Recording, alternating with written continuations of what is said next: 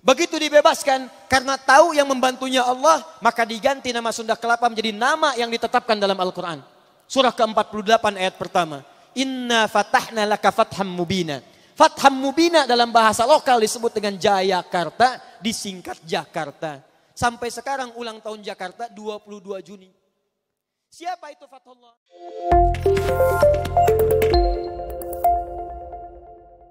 Itu yang menaklukkan Jakarta dari Portugis. Di Jakarta dulu itu namanya bukan Jakarta, Sunda Kelapa.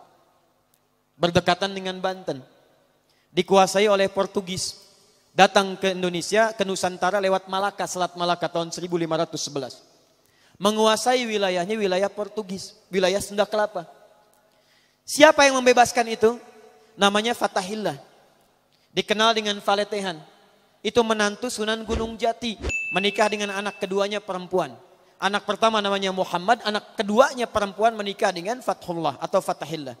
Datang kemudian ditugaskan untuk membebaskan Sunda Kelapa. Sebelum berangkat, sholat, wudu, minta kepada Allah. Begitu berangkat dimudahkan oleh Allah Subhanahu wa taala. Wa ma ramaita idh ramaita. Bukan panah yang kau lemparkan, tapi Allah yang memberikan kemudahan-kemudahan dalam semua itu. Berhasil dibebaskan di bulan Ramadan, tanggal 22 Ramadan tahun 933 Hijrah. Bertepatan dengan 22 Juni 1527. Begitu dibebaskan, karena tahu yang membantunya Allah, maka diganti nama Sunda Kelapa menjadi nama yang ditetapkan dalam Al-Quran. Surah ke-48 ayat pertama. Inna fatahna laka fatham mubina.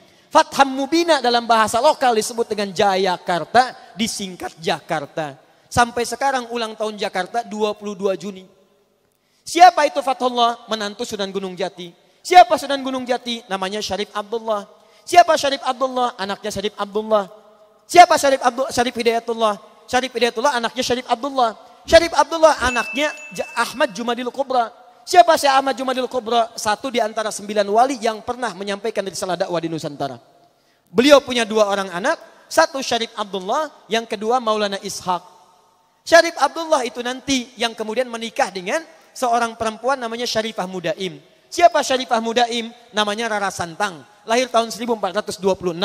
Dia punya kakak namanya Walang Sungsang, ganti nama jadi Abdullah Iman, lahir tahun 1423. Siapa bapaknya? Bapaknya namanya Prabu Siliwangi.